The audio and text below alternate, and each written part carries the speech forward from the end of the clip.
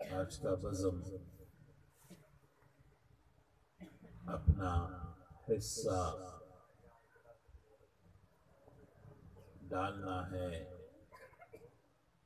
محبت کی اس بے پایان سمندر میں جو رسول اکرم صلی اللہ علیہ وآلہ وسلم کی آمد کی خوشی میں ہر ذی وقار اور ذی عقیدت مسلمان کرتا رہتا ہے۔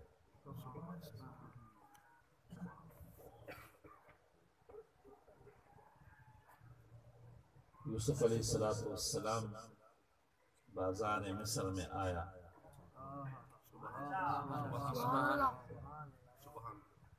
وقت کے جبر نے اس کو بیچنا چاہا، بولی لگ گئی،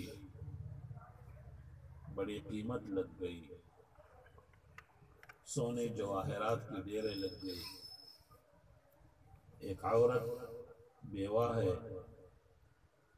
کچھ روئی اٹھا کے سر پہ رکھ دی، بازار کی طرف جا رہی ہے تو کسی نے پوچھا کہ امی کدھر جا رہی؟ اس نے کہا بازار مصر میں سیدنا یوسف علیہ السلام بک رہا ہے۔ لوگوں نے کہا کہ امی وہ اس کے لیے تو بڑے وزیر، بڑے بادشاہ، بڑے بزنس مین، بڑے تجار وہ تو آئے ہیں لینے کے لیے، بڑی قیمت لگ رہی ہے اس کا، تو آپ نے کیا اٹھائی؟ اس نے کہا یہ میرے پاس چھوٹا گٹلی جو بنا ہوا ہے اس میں نے روئی رکھا ہے، یہ لے کے جا رہا ہوں۔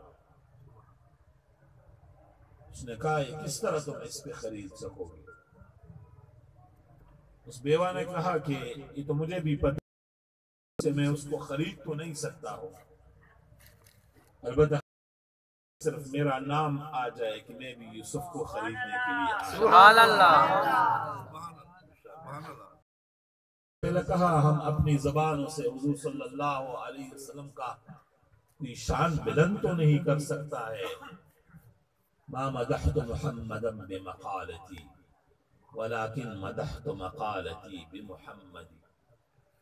اپنی زبانوں سے ہم اپنی مقال سے، اپنی قول سے حضور صلی اللہ علیہ وسلم کا شان بلند نہیں کر سکتا ہے، بلکہ اپنی زبانوں کو ان کی شان بیان کرتے ہوئے منور کر دیتے ہیں۔